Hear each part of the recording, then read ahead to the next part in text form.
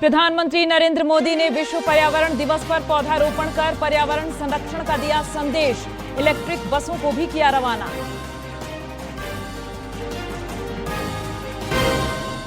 विश्व पर्यावरण दिवस पर राज्य भर में विविध कार्यक्रमों का हो रहा आयोजन। राज्यपाल और मुख्यमंत्री ने एकल प्रयोग प्लास्टिक के उन्मूलन में जन भागीदारी पर दिया जोर। विवादों के बीच आज रांची में सिरमटोली फ्लाईओवर का उद्घाटन प्रस्तावित। सुरक्षा के कड़े बंदोबस्त। राजधानी के लोगों को जाम से मिलेगी मुक्ति। और विकसित कृषि संकल्प अभियान के तहत अब तक राज्य में 63,000 से अधिक किसानों को मिले उत्पादन बढ़ाने के टिप्स। किसानों को खेतों पर मिल रही वैज्ञानिकों से परामर्श।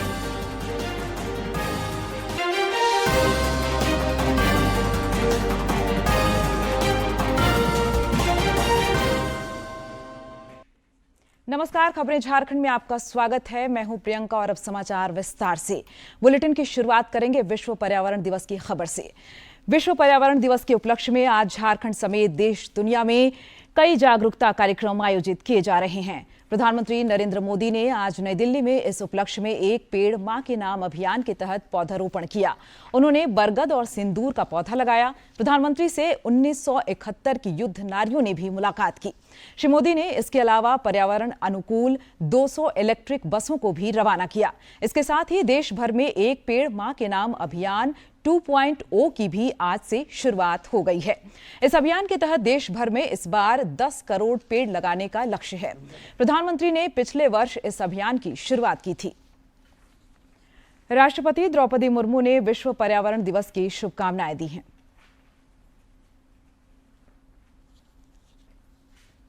राष्ट्रपति ने एक्स पर कहा कि विश्व पर्यावरण दिवस पर आइए हम अपने ग्रह की रक्षा के लिए अपनी प्रतिबद्धता को सुनिश्चित करें। आइए हम संसाधनों के संरक्षण और पर्यावरण के अनुकूल व्यवहार को बढ़ावा देने के लिए मिलकर काम करें। पर्यावरण के लिए हर कदम एक अंतर पैदा करता है और हमारे सामूहिक प्रयासों से आने वाली पीढ़ियों के लिए एक हरियाली भरी धरती तैयार हो सकती है। राज्यपाल संतोष कुमार गंगवार और मुख्यमंत्री हेमंत सोरेन ने समस्त राज्यवासियों को विश्व पर्यावरण दिवस की शुभकामनाएं दी हैं। उन्होंने अपने संदेश में कहा कि इस वर्ष विश्व पर्यावरण दिवस का वैश्विक विषय प्लास्टिक प्रदूषण समाप्त करें पर्यावरण संरक्षण की दिशा में एक अत्यंत महत्वपूर्ण कदम है। उन्होंने कहा कि प्लास्टिक प्रदूषण राज्य की जैव विविधता, वनों, नदियों और जीवन शैली पर प्रतिकूल प्रभाव डाल रहा है। जल, जंगल और जमीन पुरखों की दी गई बहुमूल्य धरोहर है और हमें इसे आने वाली पीढ़ियों को विकास के साथ साथ सुरक्षित रखना है। उन्होंने विश्व पर्यावरण दिवस के मौके पर राज्यवासियों से एकल प्रयोग प्लास्टिक के उन्मूलन में जन भागीदारी सुनिश्चित करने का आह्वान किया ताकि हरित एवं स्वच्छ झारखंड का निर्माण हो सके।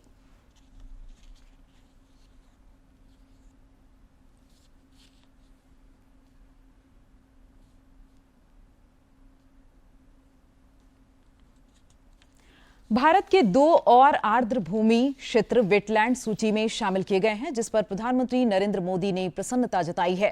उन्होंने कहा कि सामूहिक प्रयास से पर्यावरण संरक्षण के क्षेत्र में देश आगे बढ़ रहा है। गौरतलब है कि इस सिलसिले में केंद्रीय पर्यावरण मंत्री भूपेंद्र यादव ने जानकारी साझा की थी, जिसके अनुसार देश में अब आर्द्र भूमि क्षेत्र की संख्या बढ़कर 91 हो गई है। प्लेटफॉर्म एक्स पर लिखा कि पर्यावरण संरक्षण में भारत की प्रगति बहुत उत्साह के साथ हो रही है और इसमें जन भागीदारी शामिल है।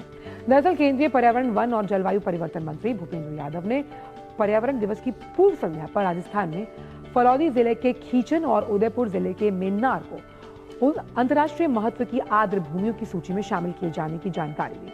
केंद्रीय मंत्री ने अपने एक्स हैंडल पर लिखा कि इस उपलब्धि के साथ हमारे वेटलैंड्स की कुल संख्या 91 हो गई। ये उपलब्धि एक बार फिर इस बात का प्रमाण है कि प्रधानमंत्री नरेंद्र मोदी जी का पर्यावरण संरक्षण पर विशेष ध्यान भारत को हरित भविष्य की ओर सफलतापूर्वक ले जा रहा है।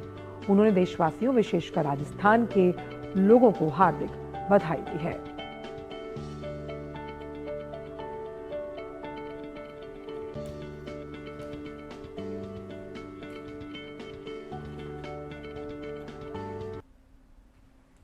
प्रदेश भाजपा द्वारा आज से एक पेड़ मां के नाम अभियान 2.2 के तहत विशेष अभियान चलाया जाएगा, जो 15 अगस्त तक चलेगा। प्रधानमंत्री नरेंद्र मोदी के आह्वान पर भाजपा के लाखों कार्यकर्ता एक पेड़ मां के नाम अभियान के तहत सभी 29,000 बूथों के हर गांव, टोले, मोहल्ले में लाखों पेड़ लगाएंगे। आज प्रदेश के सभी शीर्ष नेता, पदाधिकारी और जनप्रतिनिधि अपने अपने क्षेत्रों में पौधारोपण करेंगे। पार्टी के प्रदेश अध्यक्ष बाबूलाल मरांडी और संगठन महामंत्री कर्मवीर सिंह साहिबगंज के कार्यक्रम में हिस्सा लेंगे। पर्यावरण के लिए एकल प्रयोग प्लास्टिक का इस्तेमाल खतरा पैदा कर रहा है, जिस ओर जन जागरूकता जरूरी है। में भारत प्लास्टिक वेस्ट मैनेजमेंट पर विशेष ध्यान दे रहा है। सतत विकास और समृद्ध जैव विविधता के लिए देश में सिंगल यूज प्लास्टिक और माइक्रो प्लास्टिक पॉल्यूशन को कम करने के लिए प्रयास किए जा रहे हैं। प्लास्टिक प्रदूषण से निपटने के लिए भारत ने basal convention, G20, Osaka vision और हाई एम्बिशन कोलिशन जैसे वैश्विक प्रयासों का समर्थन किया है। भारत ने प्रमुख अंतर्राष्ट्रीय सम्मेलनों और पहलों में भाग लेकर प्लास्टिक प्रदूषण के बढ़ते संकट से लड़ने के लिए वैश्विक समुदाय के साथ हाथ मिलाया है। मई 2019 में भारत स्विट्जरलैंड के जिनेवा में संयुक्त बैठकों में शामिल हुआ और खतरनाक कचरे और रासायनिक उपयोग को विनियमित करने के वैश्विक प्रयासों का समर्थन किया। बेसल कन्वेंशन के प्रियोर इन्फॉर्म्ड कंसेंट प्रक्रिया में प्लास्टिक वेस्ट को लाने में भारत ने महत्वपूर्ण भूमिका निभाई। इससे सिंगल यूज प्लास्टिक को खत्म करने और इलीगल प्लास्टिक डंपिंग के खिलाफ वैश्विक साझेदारी को बढ़ावा मिला। जून 2019 में G20 लीडर्स डिक्लेरेशन में भारत और दूसरे सदस्य देशों ने प्लास्टिक प्रदूषण के खिलाफ सख्त कार्रवाई करने पर सहमति जताई। उन्होंने समुद्री प्लास्टिक कूड़े और माइक्रो प्लास्टिक को कम करने के लिए प्रतिबद्धता जताई और 2050 तक महासागरों में कोई भी नया प्लास्टिक कचरा डालने से रोकने का लक्ष्य रखा। जनवरी 2021 में पेरिस में वन प्लेनेट समिट के दौरान भारत प्रकृति और लोगों के लिए हाई एम्बिशन कोलिशन में शामिल हुआ। इस वैश्विक पहल का लक्ष्य 2030 तक दुनिया की कम से कम 30% भूमि और महासागरों की रक्षा करना है। उधर विश्व पर्यावरण दिवस पर गिरिडीह में भी कई कार्यक्रम आयोजित किए जा रहे हैं। जिले के छोटकी ग्राम पंचायत खरकडीहा में स्थानीय जनप्रतिनिधियों के नेतृत्व में ग्रामीणों ने पेड़ों को रक्षा सूत्र बांधकर तथा तिलक लगाकर उनकी रक्षा का संकल्प लिया। सभी ने एक स्वर में प्रधानमंत्री नरेंद्र मोदी की पहल पर शुरू किए गए एक पेड़ मां के नाम अभियान से लोगों को जुड़ने की अपील की।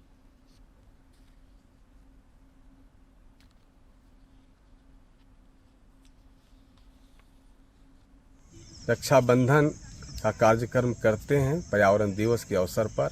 इस वर्ष भी हम लोगों ने ये कार्यक्रम किया है, क्योंकि हमारे माननीय प्रधानमंत्री श्री नरेंद्र भाई मोदी जी का जो आह्वान है कि एक पेड़ मां के नाम, पिछले बार भी हम लोगों ने इस कार्यक्रम को किया था, आज भी हम लोग इस कार्यक्रम को आगे करेंगे। और अब बात रांची के सिरमटोली फ्लाईओवर की। विवादों के बीच आज रांची में सिरमटोली फ्लाईओवर का उद्घाटन प्रस्तावित है। मुख्यमंत्री हेमंत सोरेन राजधानी के लोगों को यह नवनिर्मित फ्लाईओवर समर्पित करेंगे। फ्लाईओवर उद्घाटन के मद्देनजर डोरंडा में सुरक्षा के कड़े बंदोबस्त देखे जा रहे हैं। मेकन कार्यालय के समक्ष रूट को भी डायवर्ट किया गया है। इस फ्लाईओवर के शुरू होने से राजधानी के लोगों को जाम से मुक्ति मिलेगी।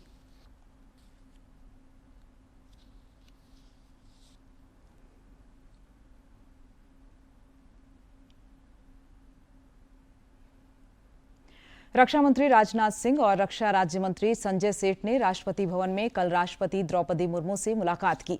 इस दौरान उपराष्ट्रपति जगदीप धनखड़ भी मौजूद थे।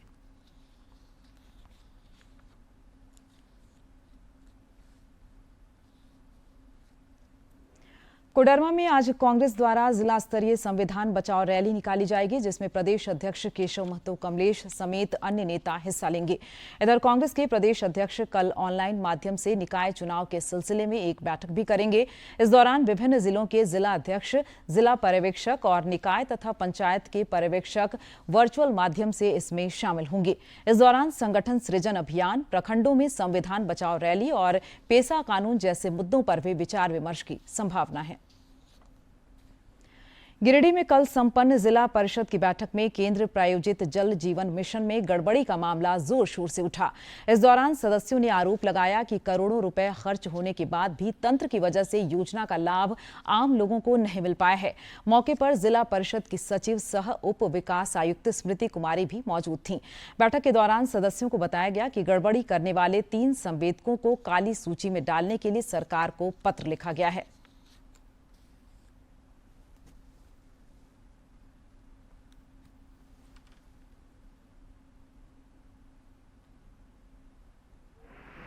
कि ये जो मामले हैं जल जीवन मिशन के, उसकी पूर्णता से गहनता से जांच की जाएगी और अब तक जो उनके द्वारा कार्रवाई की गई वो भी बताया गया। उनके द्वारा 3 संवेदक को काली सूची में डालने हेतु राज्य सरकार को प्रेषित किया गया है और उन्होंने आश्वस्त किया है कि जेजेएम के तहत जो भी कार्य गुणवत्तापूर्ण नहीं हुए हैं उसमें 1.5 से 2 महीने में उसमें निश्चित रूप से सुधार की जाएगी।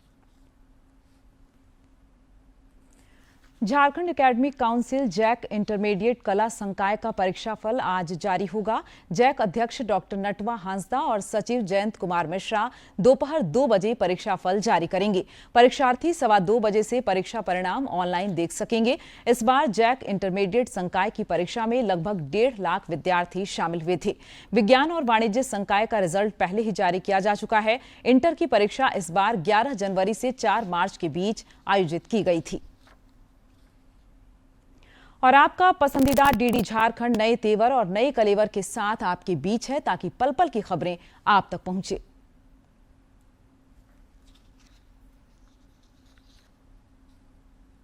आपका अपना पसंदीदा डीडी झारखंड, गांव से लेकर कस्बों और शहरों तक की है धड़कन। सटीक, विश्वसनीय और तेज खबरों का भी है आईना। राजनीति के मंच से सत्ता के गलियारों तक, खेत से खलिहान और मनोरंजन से इंफोटेनमेंट तक, खेल के मैदान से रंगमंच की खबरों तक, सब कुछ देखिए हमारे प्रादेशिक समाचार में हर रोज दोपहर 12:30, शाम 6:30 और 7:30 बजे, सिर्फ और सिर्फ डीडी झारखंड पर। प्रधानमंत्री नरेंद्र मोदी के नेतृत्व में एनडीए सरकार के 11 वर्ष पूरे होने के उपलक्ष्य में देश भर में कार्यक्रमों का आयोजन किया जा रहा है। प्रधानमंत्री नरेंद्र मोदी ने एक वीडियो संदेश साझा कर कहा कि केंद्र सरकार के बीते 11 साल सेवा, सुशासन और गरीबों के विकास को समर्पित रहे हैं। अभूतपूर्व हैं, बल्कि 140 करोड़ देशवासियों के जीवन को आसान बनाने वाली हैं। पीएम ने विश्वास जताया है कि देश को आगे ले जाने के अपने इन प्रयासों के साथ विकसित और आत्मनिर्भर भारत के लक्ष्य को जरूर हासिल किया जा सकेगा। घर का चूल्हा ठंडा पड़ जाता था, 2 वक्त के खाने के लिए भी सोचना पड़ता था। अब हर महीने मुफ्त राशन मिलता है। अब भूख डराती नहीं, अब पेट भरने के लिए चिंता नहीं करनी पड़ती। पहले हमारे हक के सरकारी योजनाओं के पैसे हम तक पूरे नहीं पहुंचते थे, बिचौलिए अपना कट मार लेते थे। अब कोई बिचौलिया नहीं, कोई झंझट नहीं, हमारा पूरा पैसा हमें ही मिलता है, वो भी सीधे हमारे बैंक अकाउंट में। पहले अगर घर में कोई बीमार पड़ता था तो इलाज के खर्चे के बारे में सोचकर हमारी तो ऐसे ही जान पर बन आती थी। पैसे के अभाव में बीमारी के साथ ही जीने को मजबूर थे। आज आयुष्मान भारत से हॉस्पिटल में मुफ्त इलाज होता है। अब बीमार लाचार नहीं है। इन 11 सालों में तेज प्रगति के साथ एक नया इतिहास भी रचा गया है।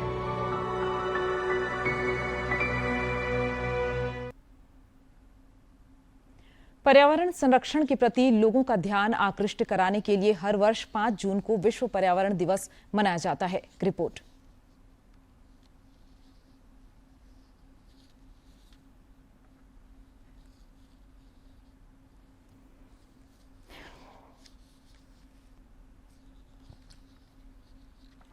पेट भी ले रखा है, लेकिन इस विश्व पर्यावरण दिवस पर एक नई उम्मीद की किरण देखी गई है। वर्ष 2025 के विश्व पर्यावरण दिवस की थीम है ending global plastic pollution. World Environment Day is a special moment for all of us. The garment and textile industry is one of the largest in the world.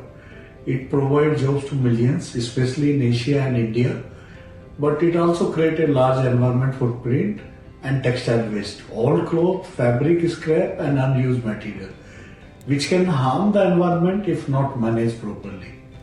This good news is that change is already happening in different pockets, and more companies are now using eco-friendly fabric, designing clothes that last longer, and encouraging people to recycle and reuse.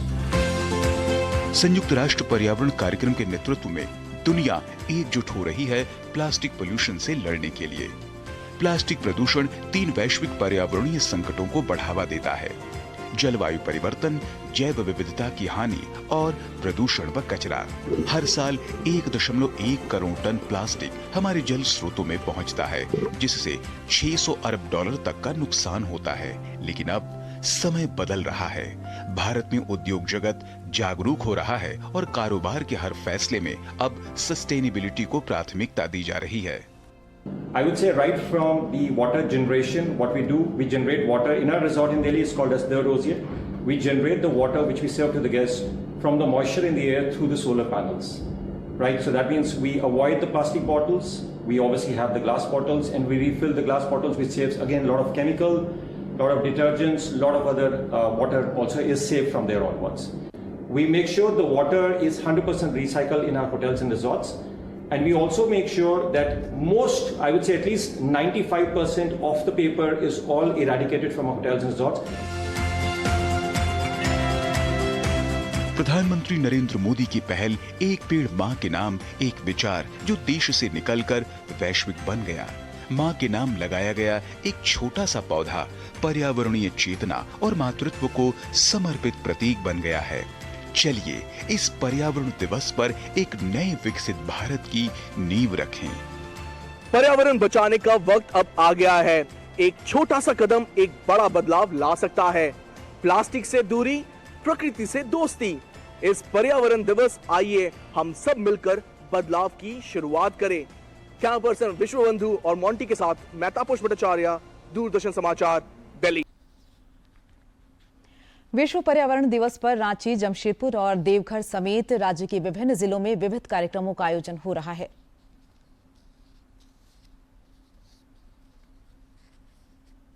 पर्यावरण दिवस को लेकर नगर निगम की पहल पर दड़वा नदी में स्वच्छता एवं वृक्षारोपण कार्यक्रम का आयोजन हुआ, जिसमें देवघर विधायक सुरेश पासवान और नगर आयुक्त रोहित सिन्हा एवं विद्यार्थियों ने बढ़ चढ़कर हिस्सा लिया। इस दौरान दड़वा नदी के जल को स्वच्छ करने के लिए घाट की सफाई की गई एवं घाट के दोनों किनारे में वृक्षारोपण किया गया।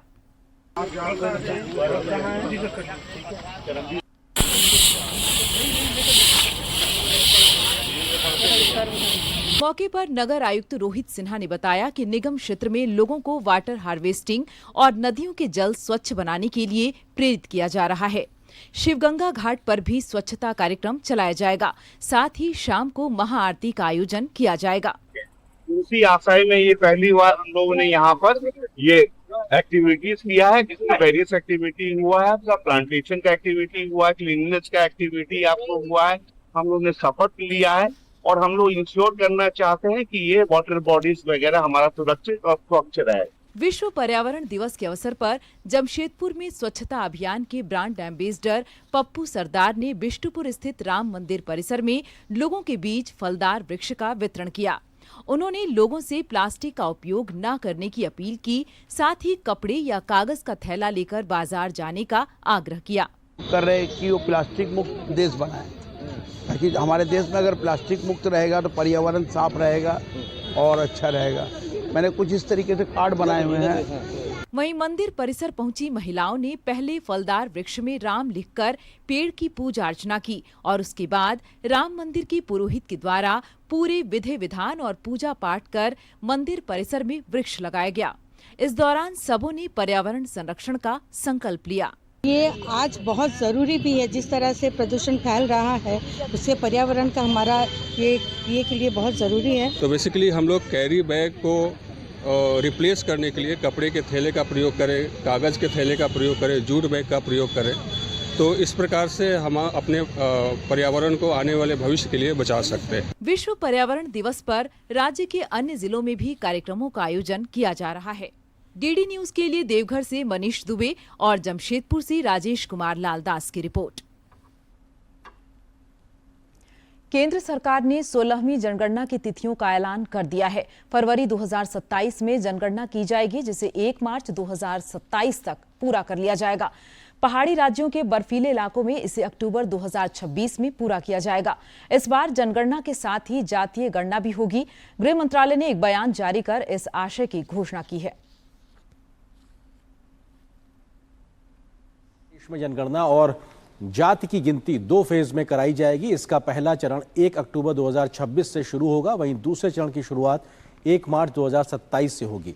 पहले फेज में जातिगत जनगणना 4 राज्यों में कराई जाएगी, जिसमें पहाड़ी क्षेत्र उत्तराखंड, हिमाचल प्रदेश, लद्दाख और जम्मू कश्मीर शामिल है। और अब बात विकसित कृषि संकल्प अभियान की। राज्य में विकसित कृषि संकल्प अभियान से अब तक 63,000 से अधिक किसानों को कृषि के उन्नत तकनीक से रूबरू कराया गया है। बिरसा कृषि विश्वविद्यालय की ओर से बताया गया है कि राज्य के विभिन्न जिलों में अब तक 649 गांव में यह अभियान सफलतापूर्वक संचालित हुआ। इस दौरान किसानों से वैज्ञानिकों ने संवाद कर उन्हें उत्पादन और आय बढ़ाने के टिप्स दिए। 29 मई से शुरू हुआ यह देशव्यापी अभियान 12 जून तक चलेगा। विकसित कृषि संकल्प अभियान कृषि प्रक्षेत्र के विकास के लिए ऐतिहासिक पहल मानी जा रही है। पहली बार इस अभियान के माध्यम से किसानों को उनके खेतों में उत्पादन बढ़ाने के टिप्स मिल रहे हैं। दिव्यायन कृषि विज्ञान केंद्र रांची और आत्मा के वैज्ञानिक तथा प्रतिनिधि इसमें महती योगदान दे रहे हैं।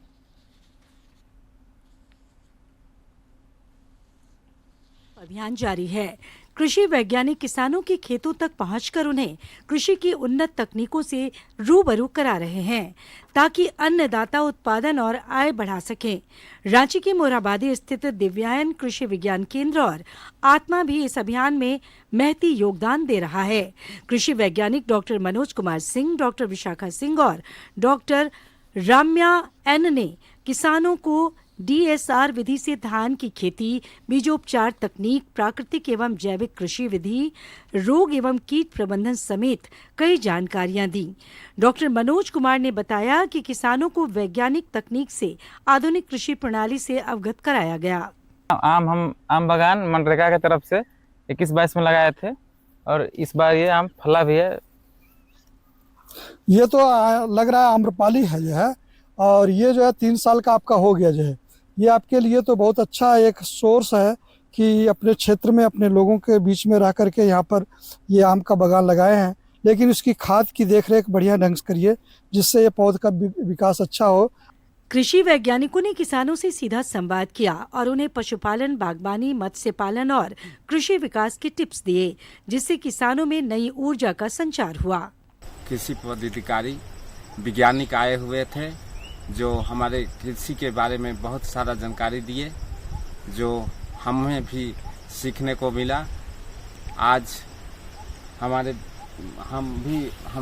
बागान में आम का पेड़ लगाया हूँ, जो कि इससे बहुत सारा आय होता है। वहीं एक अन्य किसान ने कहा कि कृषि वैज्ञानिकों ने उन्हें कृषि की गुणवत्ता बढ़ाने के संबंध में कीटनाशक के उपयोग और फफूंद की समस्या से निजात समेत कई विषयों की जानकारियां दी। कृषि बारे में वो लोग बताए, कृषि के गुणवत्ता बढ़ाने के संबंध में कीटनाशक, फफूंद ये सब का रोकथाम कैसे किया जाए, इस संबंध में विस्तृत से जानकारियाँ दिए और ग्रामीण लोग भी सब सुने बुझे समझे और उसी के तहत अब ये लोग भी करना चाह रहे हैं। झारखंड में कृषि विकास की असीम संभावनाएं हैं। खास बात यह है कि केंद्र सरकार की पहल पर कृषि वैज्ञानिक विकसित कृषि संकल्प अभियान के तहत किसानों को टिप्स देने के लिए उनके खेतों में पहुंच रहे हैं। डीडी न्यूज के लिए ब्यूरो की रिपोर्ट। अंतर्राष्ट्रीय योग दिवस में अब महज 16 दिन शेष रह गए हैं। जामताड़ा में भी लोग इस दिवस को लेकर खासे उत्साहित हैं। जिले में बड़ी संख्या में बच्चे भी नियमित योगाभ्यास कर रहे हैं।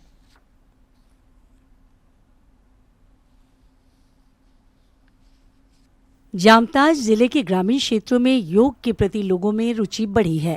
प्रधानमंत्री नरेंद्र मोदी से प्रेरित होकर बच्चे भी योगाभ्यास कर रहे हैं। बेना गांव जैसे सुदूरवर्ती क्षेत्र में योगाचार्य स्वप्न दत्त बच्चों को योगाभ्यास करा रहे हैं। उन्होंने कहा कि योग से शरीर स्वस्थ होता है और स्मरण शक्ति भी बढ़ती है। हमारे माननीय प्रधानमंत्री जी के योग के बारे में जो प्रचार प्रसार चारों ओर चल रहा है उसमें ग्रामीण भी प्रभावित हुए हैं और वो भी योग के महत्व को समझते हुए योग पर ध्यान दे रहे हैं। वहीं युवा योग प्रशिक्षक सोमनाथ दत्त भी विभिन्न शिक्षण संस्थानों के बच्चों को योग से जोड़ने का काम कर रहे हैं और उन्हें योग के प्रति प्रोत्साहित कर रहे हैं।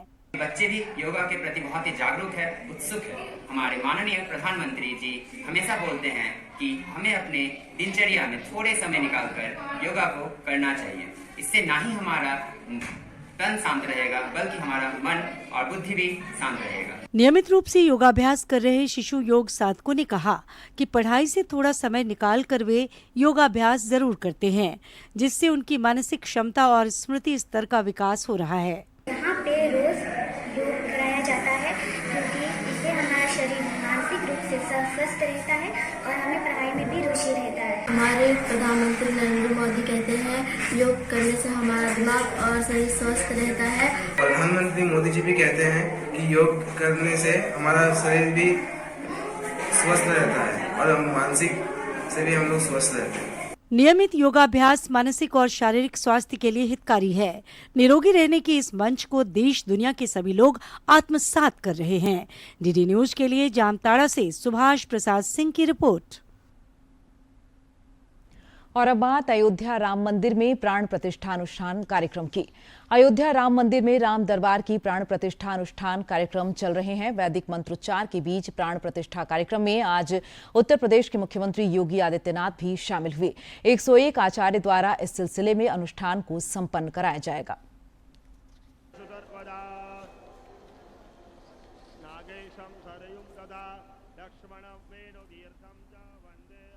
मंदिराम प्रधान देवताभ्यो नमः।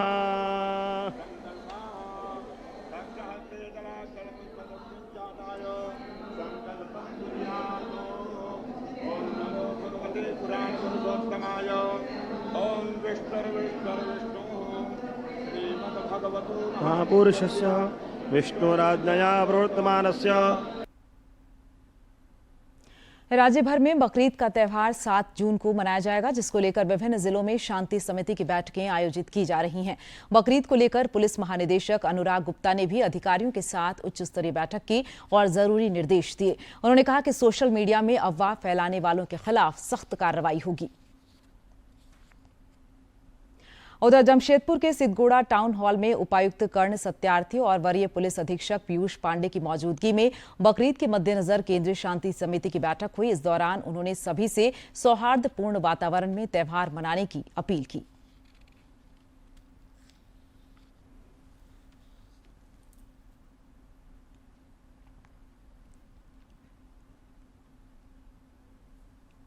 सभी सदस्यों ने पुनः रिट्रीट किया कि जिस प्रकार से पूर्व में सौहार्दपूर्ण वातावरण में सभी त्योहारों का आयोजन होता है, उसी तरह इस बार भी हर्षोल्लास के साथ त्योहार का आयोजन किया जाएगा।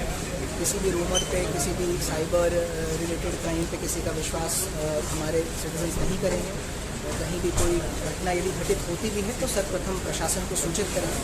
और हमारी ओर से जो तैयारी है मजिस्ट्रेट डेपुटेशन की, पुलिस की जो तैयारी है पूर्ण कर ली गई है। तो हम लोग उम्मीद करते हैं कि बिल्कुल अच्छी वातावरण में इस बार भी त्योहार का आयोजन किया जाएगा। अंत में मुख्य समाचार एक बार फिर।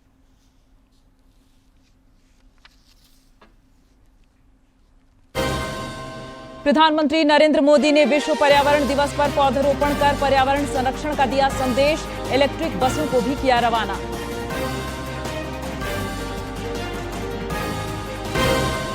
विश्व पर्यावरण दिवस पर राज्य भर में विविध कार्यक्रमों का हो रहा आयोजन। राज्यपाल और मुख्यमंत्री ने एकल प्रयोग प्लास्टिक के उन्मूलन में जन भागीदारी पर दिया जोर। विवादों के बीच आज रांची में सिरमटोली फ्लाईओवर का उद्घाटन प्रस्तावित। सुरक्षा के कड़े बंदोबस्त। राजधानी के लोगों को जाम से मिलेगी मुक्ति।